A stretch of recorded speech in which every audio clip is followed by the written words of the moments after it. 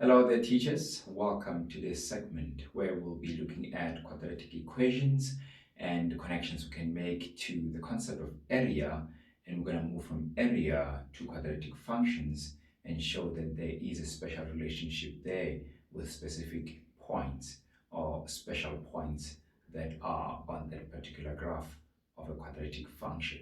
Okay, hope that you're ready, and without any waste of time, let's go for it. Alright, so we are going to explore three cases, and that has to do with the concavity of the quadratic function and also the symmetry of the graph itself as well.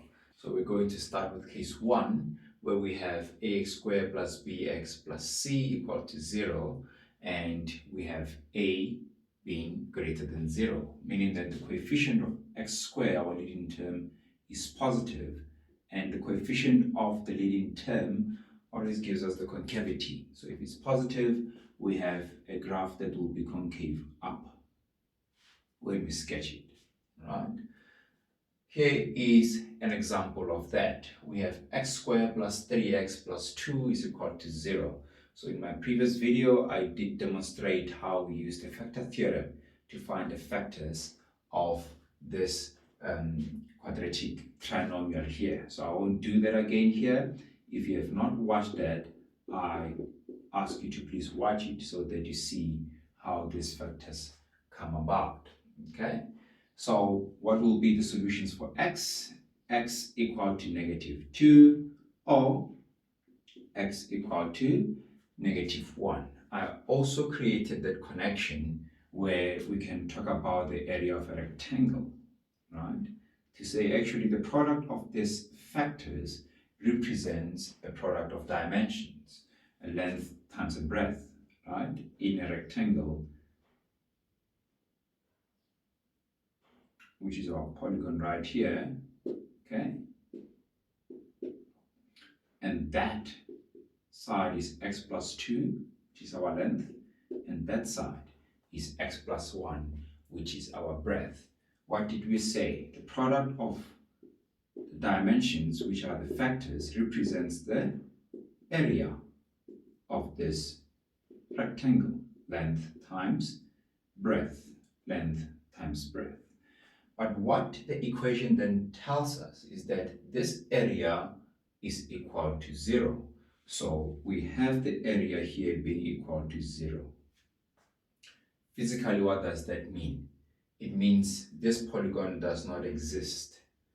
Actually, you reduce the polygon to a point, okay? And we all know that a point has no dimensions, right? It is dimensionless. So in other words, there's a point that you can graphically represent using the graph of the quadratic function, and to obviously explain to the students what do we mean graphically when the area is equal to 0, okay? What is that point called? Let us see. That is our x-axis, that is our y-axis, that is our origin, okay? X equal to -2, x equal to -1. So how is the shape of our graph? Like that. It will cut at -2, turning point, cut at -1. Okay, just fix that.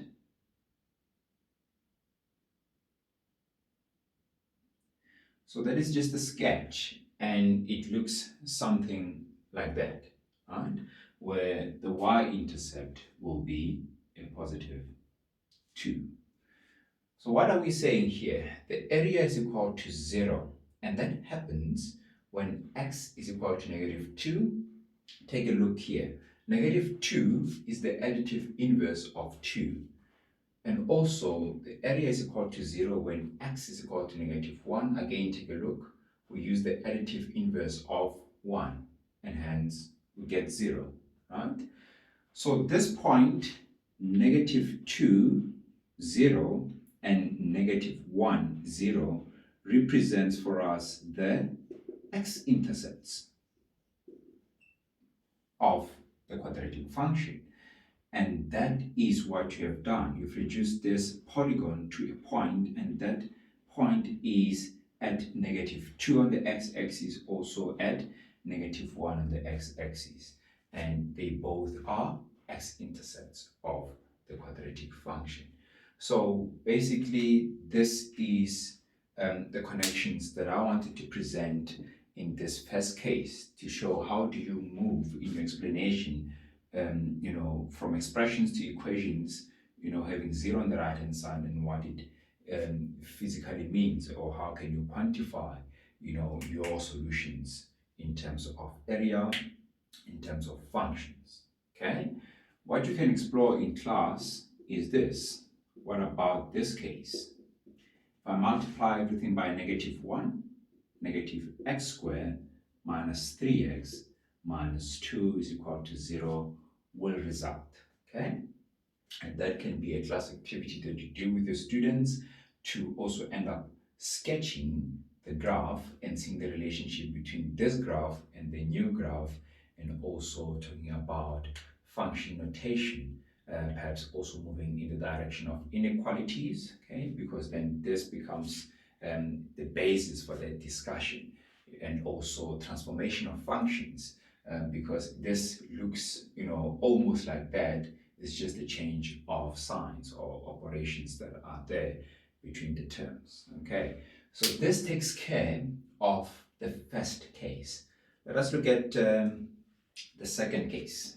All right, so for the second case, we have the same format, but our coefficient of x squared is negative, and that speaks to concavity. The graph will be concave down. Okay, so here's an example. We have -x squared plus 5x plus 14. In the previous video, I demonstrated how to factor out the -1 and apply the factor theorem in the brackets, and that will take care of the factors. You can do the same thing here. However, I just want to keep the negative there and factorize as it is into this x minus 7 negative x minus 2 equal to 0. We can double check. X times -x gives us -x squared. -7 times -2 gives us a positive 14. -7 times -x gives us a positive 7x. You minus 2x, you get plus 5x. So these factors are definitely correct. So what are the solutions for x? We are asked to solve for x, so therefore x is equal to 7, or x will be equal to what? -2. Right, exactly the same solutions that we obtained in the previous segment that I presented with quadratic expressions. Right? So what do we then have? We have x-intercepts at -2 and 7. How does the graph look like? It is concave down. Where is the y-intercept? At 14. Okay, so something of this sort will result.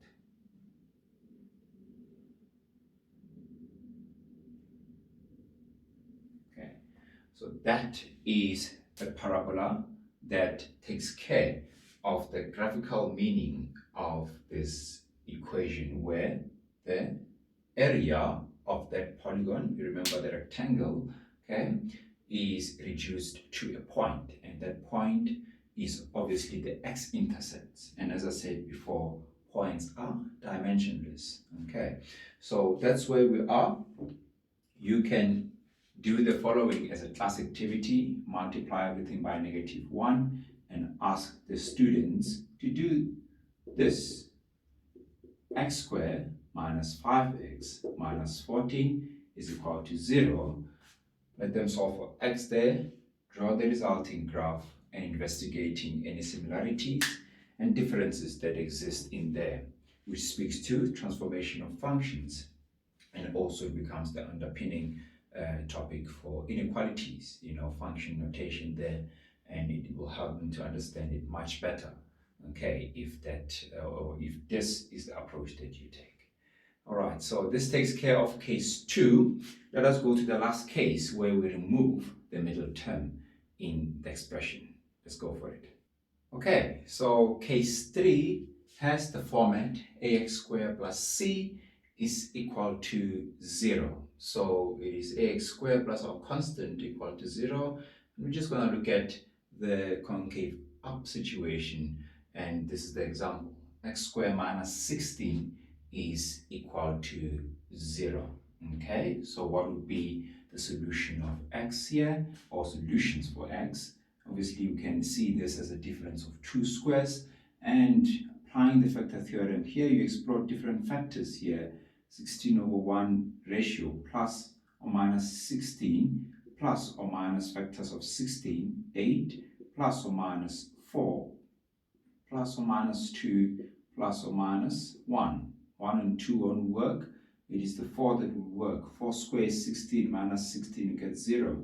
So it's x minus 4 and x plus 4 using the difference of two squares factorization technique there. Okay, so what do we have as the solutions for x? It's x equal to 4 or x equal to negative 4. Okay, what do we then do? We take this into the Cartesian plane and we see something different now.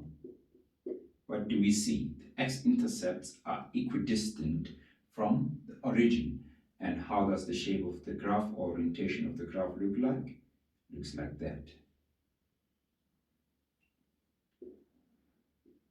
Okay, that's your y, and that is your x. So this type of parabola or quadratic function is symmetrical about the y-axis. Okay, if you look at the other two, case 1 and case 2 functions, they were not symmetrical about the y-axis. So what is different is that we have removed that middle term bx term.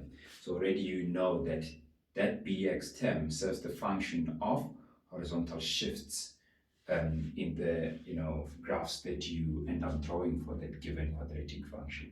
Okay, so this takes care of this segment where we explore quadratic functions in line with the factor theorem and also the connections that we can make.